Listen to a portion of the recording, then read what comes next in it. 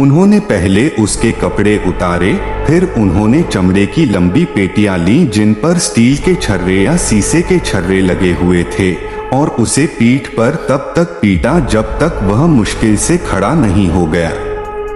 फिर उन्होंने उसके माथे पर कांटों का ताज पहनाया और उसके चेहरे से खून बह रहा था, और वे उस पर हंसे और उस पर थूका और उसका ठट्ठा किया, और उसकी उंगली के एक झटके से 72,000 स्वर्गदूतों ने पहले से ही अपनी तलवारें खींच ली थीं जो उसके बचाव में आने और ब्रह्मांड में इस ग्रह को अस्तित्व से मिटाने के लिए तैयार थे।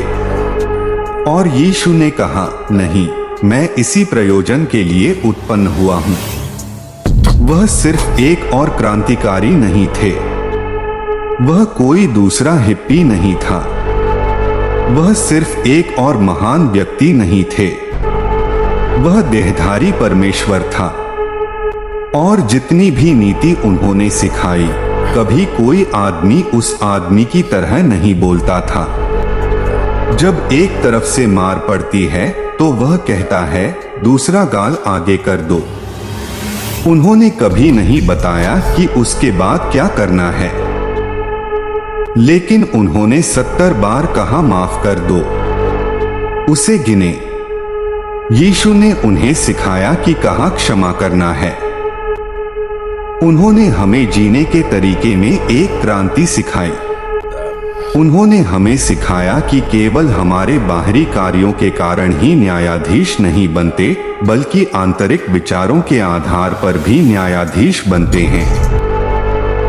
और उसने ऐसा किया, और उसने उस क्रूस को घसीटा और उठाया और खींच लिया। वह छटपटाया नहीं, वह चिल्लाया नहीं, वह चिल्लाया नहीं, उसने बस इसे ले लिया और कहा, भगवान, उन्हें माफ कर दो, वे नहीं जानते कि वे क्या कर रहे हैं।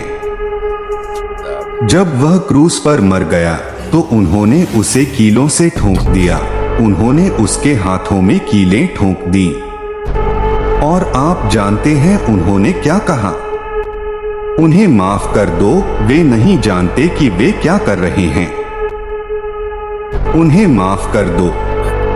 क्या आप किसी ऐसे व्यक्ति को माफ कर सकते हैं जो आपके हाथों में कील ठोक रहा है और आप जानते हैं कि आप इसके लायक नहीं थे, और फिर देखो वह कैसी मौत मर गया।